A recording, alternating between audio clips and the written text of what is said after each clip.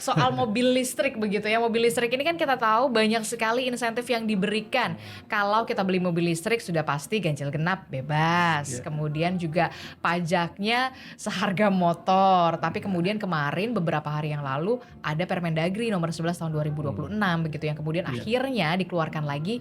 Beberapa hari kemudian ada SE-nya yang membebaskan atau memberikan insentif begitu ya soal perpajakan. Nah, kalau dari Periklindo sendiri, Pak Pur, bagaimana melihat kebijakan yang diambil oleh pemerintah soal mobil listrik ini?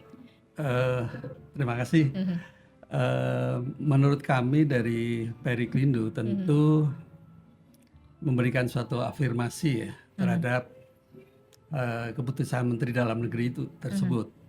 Yang pertama tentu ini akan memberikan suatu wewenang penuh kepada pemerintah daerah untuk memberikan insentif atau mengurangi insentif, mengurangi perpajakan di BNKB maupun PKB di setiap provinsi. Jadi tentu ini kami tidak bisa mempengaruhi secara langsung kebijakan pemerintah tersebut karena pada dasarnya kendaraan listrik ini baru penetrasi pasar. Jadi bagi Periklindo kalau melihat perkembangan terakhir itu sudah relatif cepat itu bagus gitu. Tetapi ini butuh dukungan Dari yang berkepanjangan, artinya berkesinambungan. Kebetulan kalau di Indonesia itu insentif yang diberikan itu adalah biaya balik nama kendaraan baru dan pajak kendaraan baru atau road tax kalau di negara lain itu dinolkan. Tetapi di negara lain sebenarnya contohnya di Cina itu subsidi pembelian kendaraan listrik itu dari 4.000 US dollar per unit sampai dengan sekitar 10.000 US dollar per unit. Dan itu dijalankan selama 10 tahun. 10 tahun? 10 tahun terus menerus. Sehingga industrinya itu memang mature, bisa mapan. Kalau bis listrik itu untuk angkutan umum dari 80.000 US dollar sampai 120.000 US dollar itu subsidi per unit untuk angkutan umum. Tertinggi di dunia itu ada di Taipei, di Taiwan. Satu unit bis angkutan umum itu subsidinya mencapai 230.000 US dollar.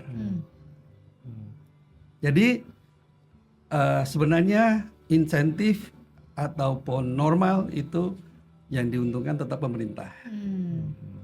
Gitu.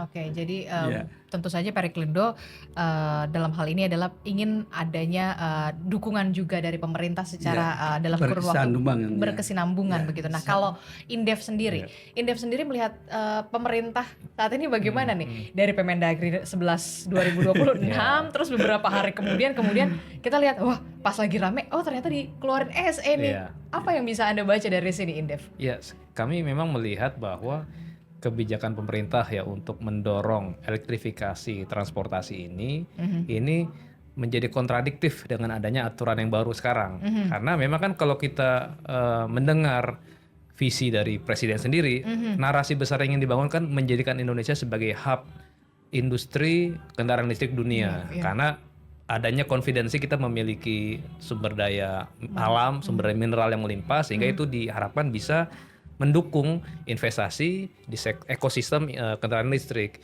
Yang kedua juga relevansinya mengenai keinginan pemerintah untuk mengurangi ketergantungan terhadap BBM. Makanya kan di tengah sekarang terjadi geopolitik dunia, harga minyak mentah melambung, kan pemerintah juga mendorong nih masyarakat untuk menggunakan kendaraan listrik. Dan sebetulnya sebelum geopolitik ini berkembang di awal tahun, minat ataupun animo masyarakat terhadap kendaraan listrik itu sudah sangat besar. Buktinya tahun lalu di 2025 pertumbuhan penjualan mobil listrik itu sampai 141%. Iya, betul. Dari sekitar 43.000 sampai 100.000 unit di tahun lalu. Jadi masyarakat sebetulnya sudah dengan sangat sadar ya melihat kendaraan listrik ini sebagai moda transportasi yang menguntungkan buat mereka, terlebih ya adanya insentif yang diberikan pemerintah. Nah, ketika insentif ini kemudian di tengah jalan, tadi Pak Pur bilang relatif kita belum mature, Kemudian ya masyarakatnya yang saya khawatir merasa seperti kena prank. Jadi mereka di awal punya ekspektasi dengan menggunakan kendaraan listrik mereka dapat manfaat yang lebih besar. Justru di tengah jalan mereka dikecok lah atau di ghosting bahasa anak sekarang. Yang kedua juga buat calon konsumen baru yang sekarang kita tahu harga BBM naik yang non subsidi udah melirik ya, termasuk sebetulnya saya pribadi gitu.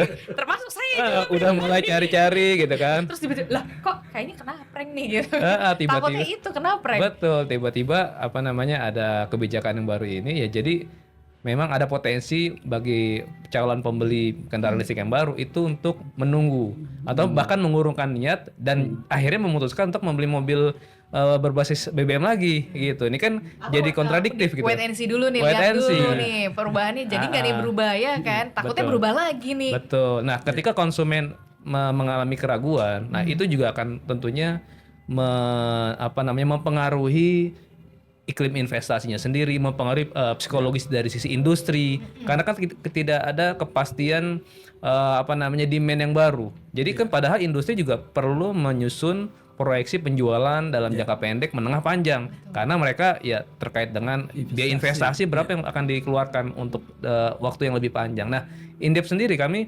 mencatat bahwa dalam 3 tahun terakhir realisasi investasi untuk kendaraan listrik itu sudah sangat besar, mencapai 44 triliun rupiah dan potensinya akan jauh lebih besar, dan kami juga mensimulasikan bahwa sampai tahun 2030 nanti ada potensi tambahan nominal PDB, kontribusi PDB dari ekosistem industri kendaraan listrik ini mencapai 225 triliun rupiah. 25 triliun, dan juga ada potensi penciptaan lapangan kerja baru sampai 1,9 juta lapangan kerja baru. Ini kan sangat dibutuhkan ya dengan kondisi sekarang ya, pemerintah ingin bagaimana mendorong pertumbuhan ekonomi tinggi. Jadi ya lagi-lagi adanya regulasi yang baru ini memang yang menjadi anti klimaks lah dengan semangat awal yang pemerintah ingin dorong.